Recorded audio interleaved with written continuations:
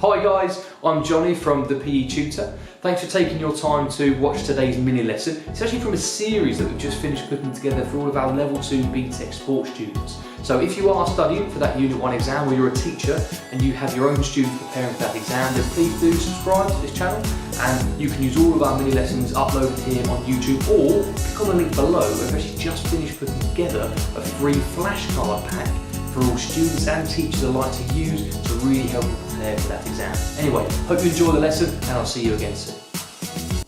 So in today's mini lesson we're going to be looking at flexibility training, what it is, the different types of it and its benefits and negatives. Fundamentally, stretching is lengthening a muscle to the limit of its range of movement. For your exam, you'll need to know the 4 different types of flexibility training. 1. Static. 2. Ballistic. 3. Dynamic. And 4. PNF, or proprioceptive neuromuscular facilitation. We'll start with static stretching. If a muscle is kept stationary or it's held at the limit of its range of movement, that's known as a static stretch. Static stretching comes in 2 different forms: active static and passive static.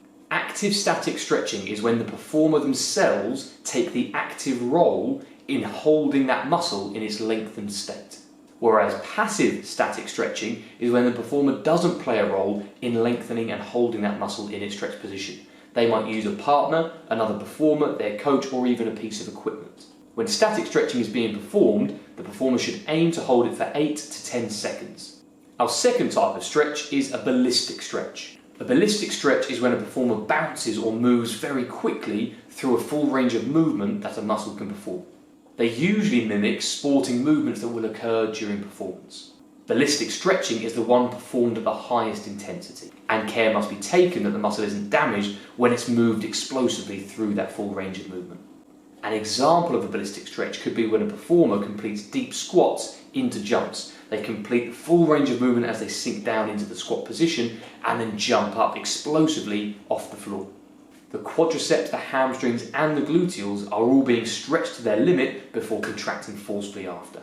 Thirdly, we have dynamic stretching. Dynamic is similar to ballistic because the muscle is moving while it's being stretched through its range of movement, but the difference here is that there is more control.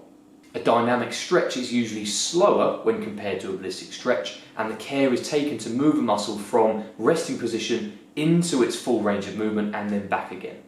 Because this happens at a far slower rate, there's less risk of injury occurring. And our 4th type of flexibility training is PNF, or proprioceptive neuromuscular facilitation.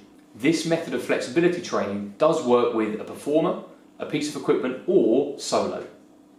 The aim of PNF stretching is to inhibit the stretch reflex of a performer's muscle. The stretch reflex is a mechanism within a performer's muscle that causes it to contract when it experiences overstretching. So if a performer were to complete a quadricep stretch and lift their heel up towards their bum, if it were to experience overstretching, then a signal would be sent to cause the muscle to contract to move it away from its limits of the range of movement. In PNF stretching there are 4 steps to consider. The first is the static stretch. The muscle that's being targeted needs to be statically stretched towards the limit of its range of movement for 8 to 10 seconds. Once the muscle has been statically stretched for 8 to 10 seconds, they then need to complete an isometric muscle contraction against the force that's been holding the muscle there. An isometric muscle contraction is where it's working but it's not moving. Or in other words, it's being held in that position even though it's trying to overcome the force that's holding it there. This isometric contraction happens for 8 to 10 seconds. After this time period, the performer needs to relax their limb and move it back to their resting position. The 4th step is to then repeat the static stretch of the same muscle, but this time we try to push the muscle or stretch the muscle a little bit further into its range of movement. This process then repeats 2 to 3 times and then we rest the muscle. Flexibility training has many positives, but it also has some drawbacks. We'll take a look at the benefits first. Number 1, it can be made very sport specific.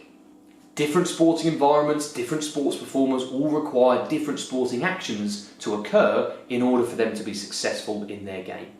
It will be very easy for a performer or coach to tailor a flexibility training model so that they're actually working on muscles' range of movement that they require for their own sporting actions. An example could be a tennis player who works on shoulder flexibility to enable greater forces to be created or generated during their serve. A second benefit of flexibility training is that it is very cheap, it's very accessible. Even for passive static stretching where equipment might be required, it's usually very cheap to obtain, such as resistance bands. And the third benefit, and possibly the most important benefit, is that it reduces the risk of injury when performing. If a performer is able to improve the pliability and the elasticity of a muscle throughout its full range of movement and then beyond, then there's less chance of it becoming injured in a competitive situation. There are some drawbacks, however, the first one being it's time consuming. For flexibility training to be effective, it needs to be given as much time as strength training, speed training, and any other method of training that a performer might be implementing. And with there being only 7 days in a week, it might be that the day or two spent training their flexibility could be better spent on other components of fitness. A second drawback could be that it requires a certain level of knowledge and understanding to complete it effectively and safely, which leads quite nicely into the third possible drawback of potential injury. If a performer were to complete an inadequate warm-up prior to flexibility training, it could be that their ballistic or dynamic or PNF stretching methods actually tear or stretch that muscle too far too soon into the flexibility training session. So to summarise this mini lesson, flexibility training happens in 4 main ways. Static stretching, which can be active or passive, ballistic stretching, dynamic, and PNF.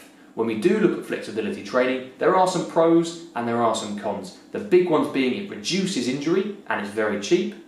The main drawbacks being it can be time consuming and it could actually increase the risk of injury if the performer doesn't have the correct knowledge or understanding. Thanks for watching, I hope you found that useful. If you do want to stay updated with all the video and all the content we're bringing you, then subscribe to the channel and I hope to see you soon.